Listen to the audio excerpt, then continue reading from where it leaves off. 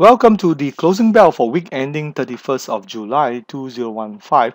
Apologize for not able to do this on Friday and sending out as I was in Singapore for a business trip. As you know, IVASA chart is expanding regionally and we are in Singapore now.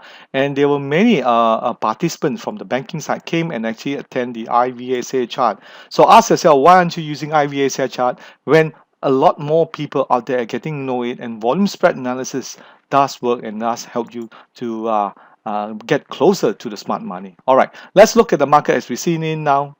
The market closed 23 points, 23 points, up 1.4 points in here, and the future markets was up 17. Now, last week, as I look back at my notes in here, let me see here. Market closes out was a spring, which is this is the mid cap stock. Let me show you the small the KLCI, which we were here, right? So that time we said it was a significant and market would sort of spring up. We were very close to the 50-day moving average. Now the critical point, let me just write down here, is the 50-day is at the 1730. Can the market close above it? Last round we broke through it. It was a resistance in here. Well, at best we might see a doji, right, with uptrust possible in here. Okay, so this 1730, the volume isn't that significant, so you might see a lot of volume in here, but that was also flush out a lot of new sellers coming in to exit before the market's going lower in here. So that's the prognosis that we have so far. On the weekly chart, like we are saying, we want to see the market to close above the 1730 above level, which is around 1723, with at least a 1.5 to 2% return in here. That will stick out something like this here. That's a nice one on a weekly basis. We haven't seen any like that, which has a lot of conviction. A widespread bar. Okay, we need to see a widespread bar at this junction to see this breaking up a nice one in here. We haven't seen that. So look at the small cap to the mid cap. Now on the mid cap stock, we are closing very close to this so-called 2011 here. Of course, we have an uptrust here that needs to be taken out. If we do see that, that will be great. On the small cap stock, let me just pull this up. You're able to see it here.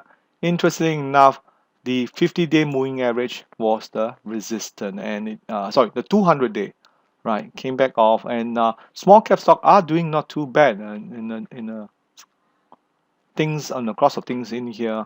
If it does break up the 200-day in here, that will be significant 16170, which means now remember what we have seen so far is the KLCI are experiencing a lot of what we call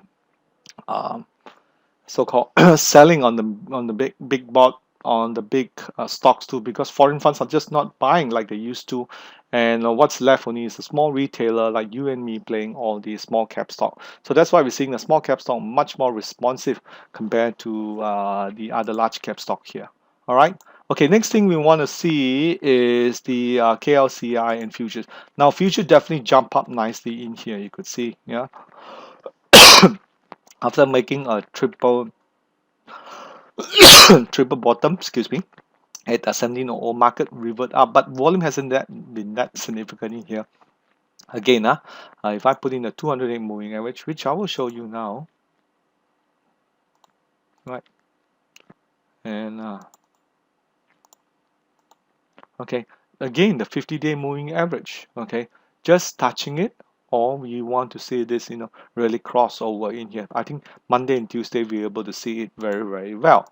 All right, let's go on to, that's the future side. On the CPO here, right, again a very narrow spread, but market's not going too well. Trend is still pretty much down in here. On the upside to 2115, I think to look to short sell in here. That's how we're playing. It hasn't been very easy to really trade. There's not much of a trend here, sideways and just sort of drop off for the CPO chart here. All right. Now, if we look at the foreign funds flows, you can see last week has been very heavily, almost 1 over billion for the last 5 days. So again, you may ask the question, how can the market go up when we see so much foreign funds buying? But at the first glimpse of foreign funds buying what we've seen here is so much of the selling would be pointing upside. As we said before, so much foreign funds have sold. Who's actually holding it is all probably be the EPF money in here, and that would hold this market longer than it should, right? Foreign funds now not a great predictive power to see this pushing upside. That's how I can say about the market that we've seen so far here. Okay, let's look at the regional market that we have here.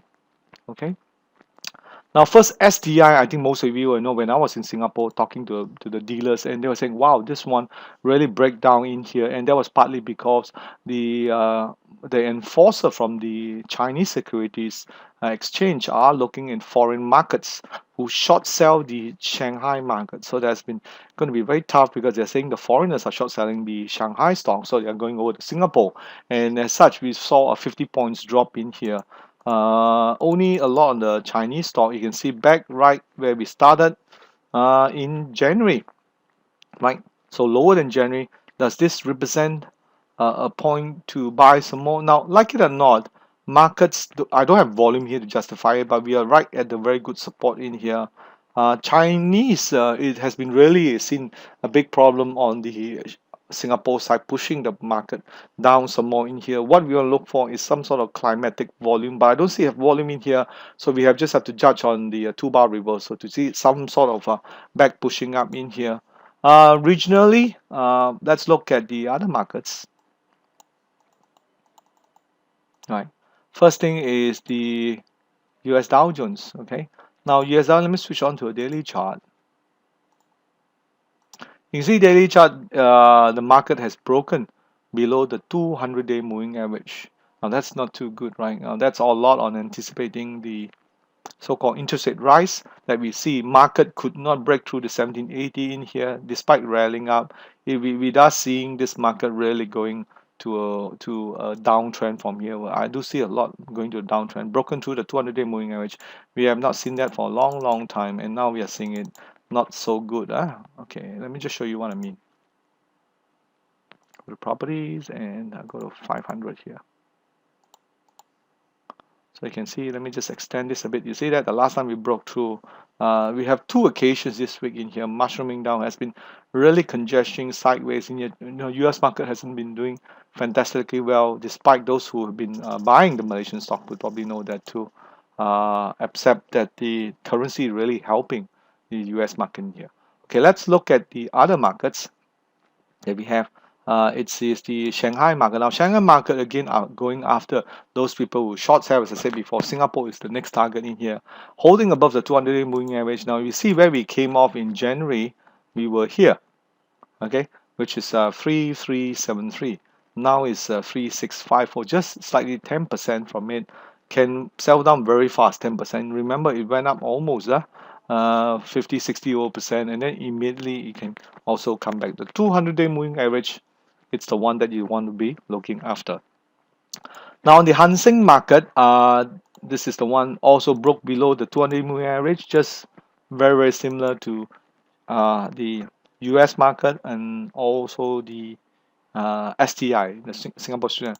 Things hasn't been looking up great for the case, and you see that the breaking below 200-day moving means we have this what we call the dead cross. If that is seen by a lot of retailer out there, and no doubt it's a lagging indicator, but they see this as sort of confirms most things that to come, a bear market.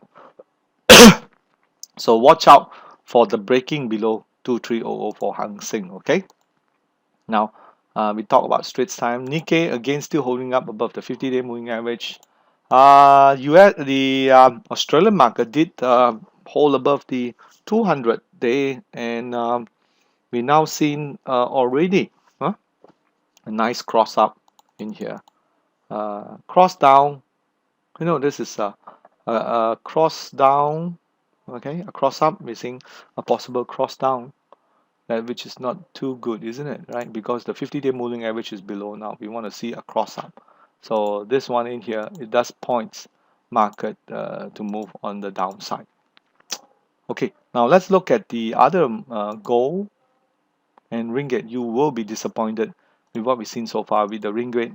A lot narrow spread. This does push ringgit to $4 likely, I would say so, unless we see some sort of upthrust. Else it's pretty defining to see it when you go over to Singapore like I did over the weekends and you see your ringgit really shrink. Then you ask yourself, really, maybe you should start putting some money in Sing dollar, which I've been telling clients for the last 2 years or 3 years. But then again, most people are like that. When the fire only burn, they do something. Okay, so put your money overseas. All right, do that. And let's look at the gold market. Gold market continued to plummet after we saw that selling in anticipation of interest rate hike. So that one we're seeing the 1090 level there. All right. So that's for the market that we see now. Let's look at what we have for next week. And but before that, let's look at what we have